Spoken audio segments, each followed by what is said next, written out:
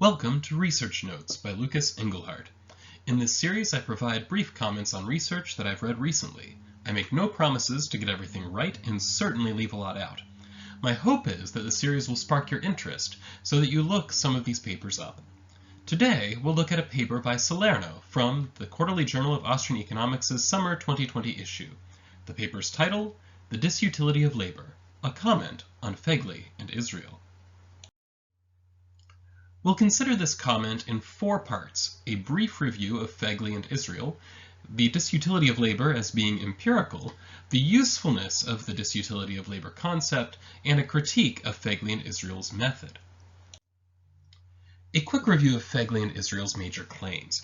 First, they suggest that the concept of the disutility of labor is unnecessary and confused, mixing together the idea of lost leisure and psychological factors like the unpleasantness of labor conditions.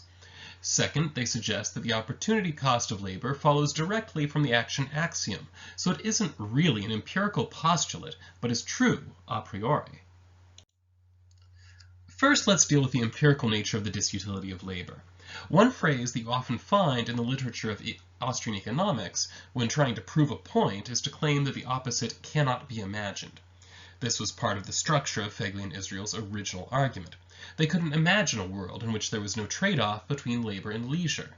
Salerno suggests this is a failure of imagination, and provides a couple examples. One, suppose that people are physiologically designed so that they must work during day hours and must rest during night hours.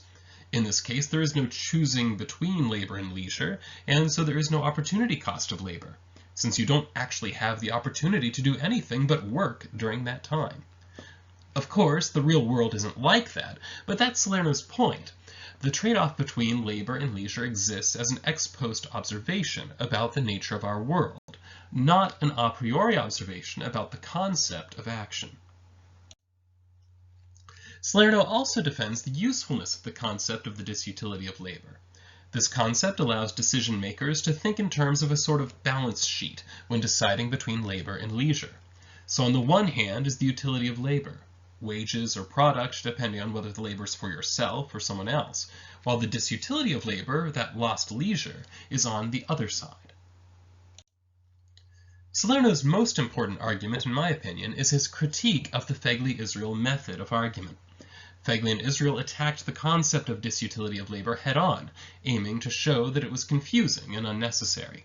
Salerno suggests that this approach is likely to lead to lots of semantic arguments, and that a better approach would be to show that the disutility of labor contradicts other accepted concepts in economics, like diminishing marginal utility or the like. Some final thoughts. This isn't the last part of the conversation, but I think Salerno raises some good points. In particular, I appreciate the ideas regarding the usefulness of the disutility of labor as a concept. This gets at the so what question, which I was wondering about Feigley and Israel's original paper. Also, I think that Salerno lays out a good method for theoretical progress that avoids purely semantic arguments. But there is one more response from Feigley and Israel yet to come.